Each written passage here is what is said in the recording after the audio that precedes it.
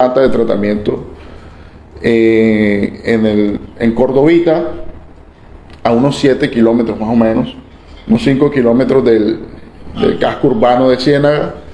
Allí tenemos nuestra planta de tratamiento, nuestra PETAR.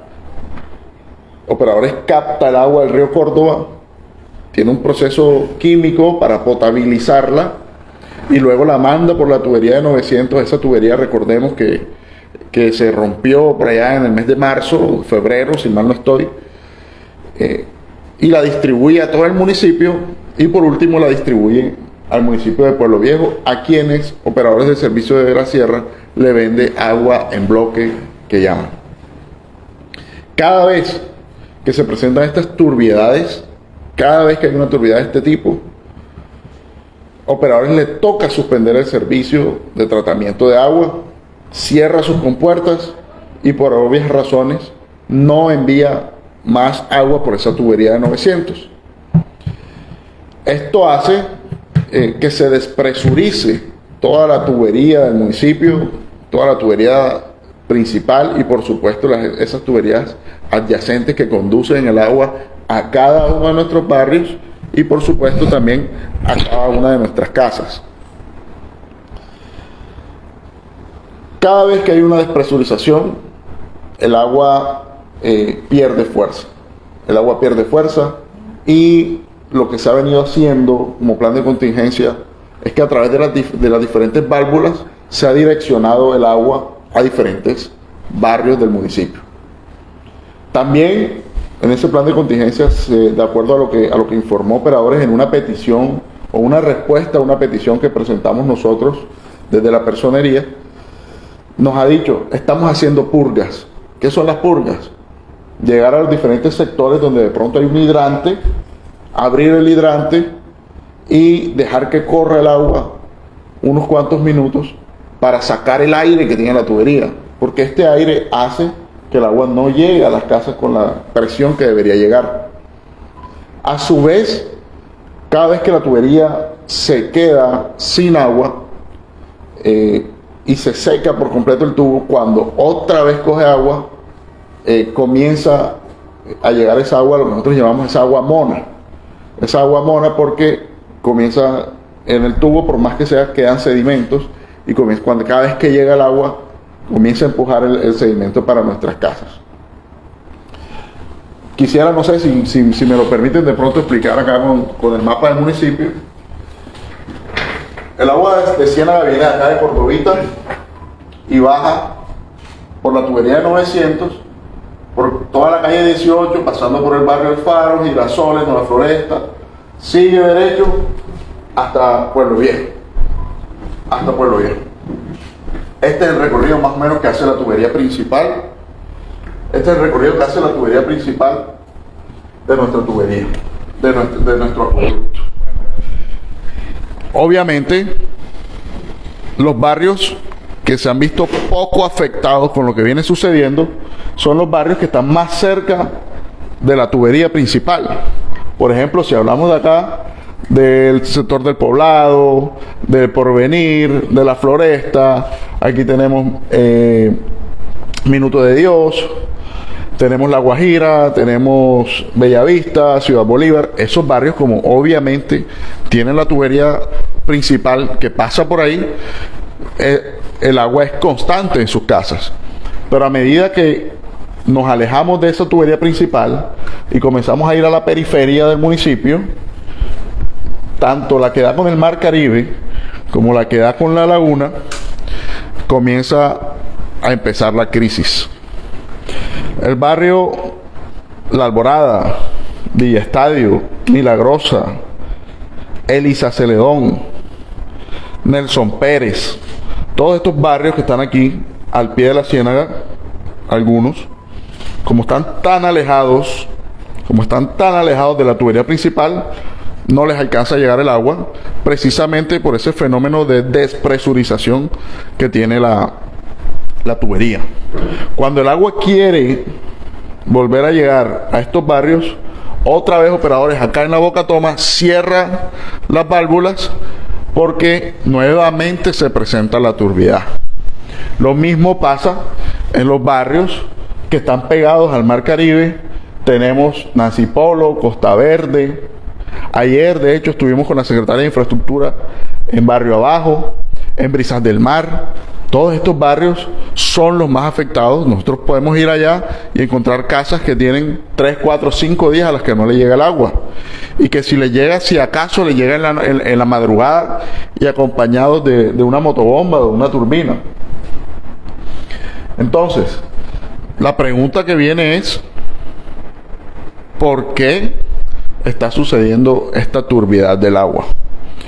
Yo le comentaba ayer, precisamente en esta sesión de la comisión, en la sesión de la sesión extraordinaria de la comisión, y aquí hay que agradecer también que las entidades se han volcado a lo que viene sucediendo en el río Córdoba por esa presunta contaminación que hay.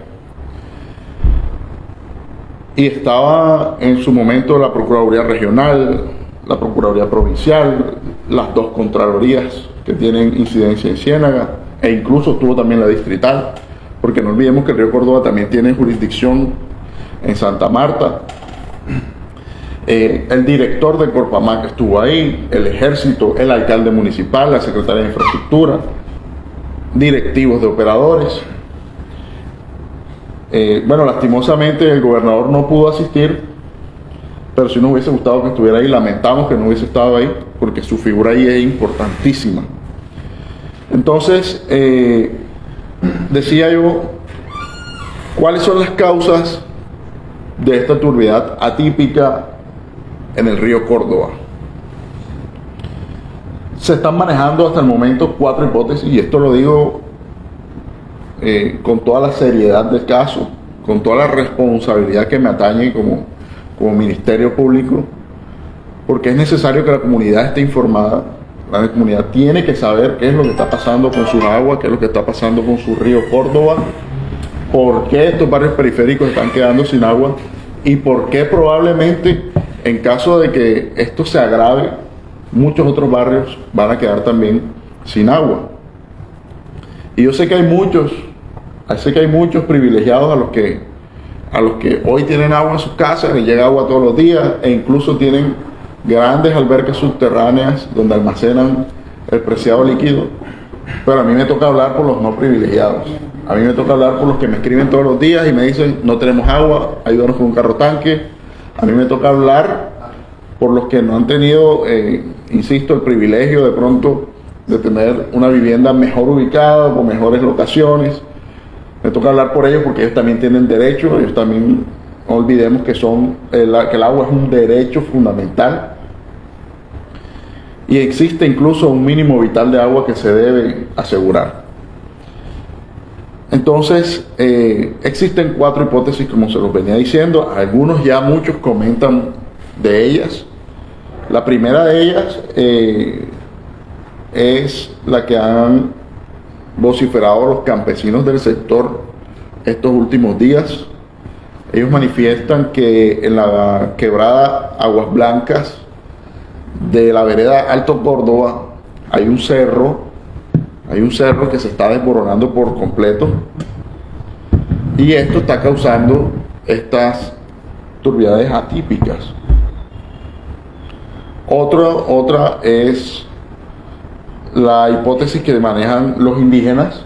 Ellos, dentro de sus creencias ancestrales, respetables por supuesto, dentro de sus costumbres, han dicho que la Sierra Nevada tiene 4 pulmones y que uno de estos pulmones se ha cansado, en definitiva, de respirar, y por eso hoy ese pulmón de alguna manera estaría colapsando, y esa es la turbidez que se viene presentando en el río Córdoba.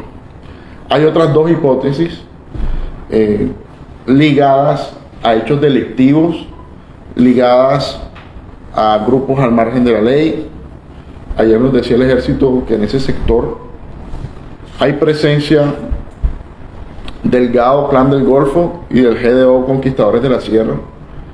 Entonces se atribuye que alguno de estos grupos pudiera estar o ejerciendo minería ilegal, o incluso construyendo una obra civil de gran magnitud también en la zona alta del municipio, donde precisamente está la cuenca del río Córdoba, y por eso se están causando estas turbiedades.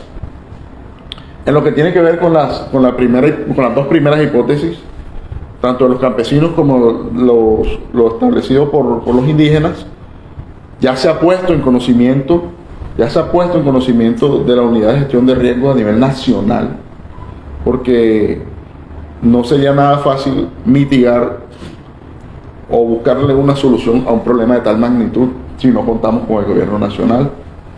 Ayer el Ministerio de Medio Ambiente tuvo su delegado en esa comisión. Le quedaron unos compromisos precisos con el Ministerio de Defensa, con el Ministerio de Hacienda y con la Unidad de Gestión de Riesgos de escalar el problema que tenemos. Y las otras dos hipótesis relacionadas a hechos delictivos o actos delictivos de grupos armados ya están en manos de la Fiscalía.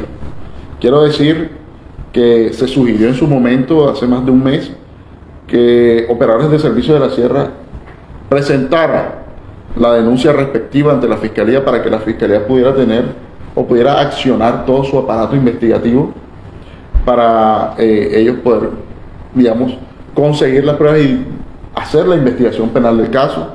Y de hecho, en virtud de esa investigación penal, de esa noticia criminal, ya ellos hicieron un muestreo, realizó una visita de un equipo de espectro químico que tiene la Fiscalía. Vinieron directamente desde Bogotá a hacer un muestreo, tanto en el agua, en condiciones aparentemente normales, como en condiciones de turbiedad, y por supuesto también del sedimento que tiene el río. Estas muestras se recibieron el día 2 de julio.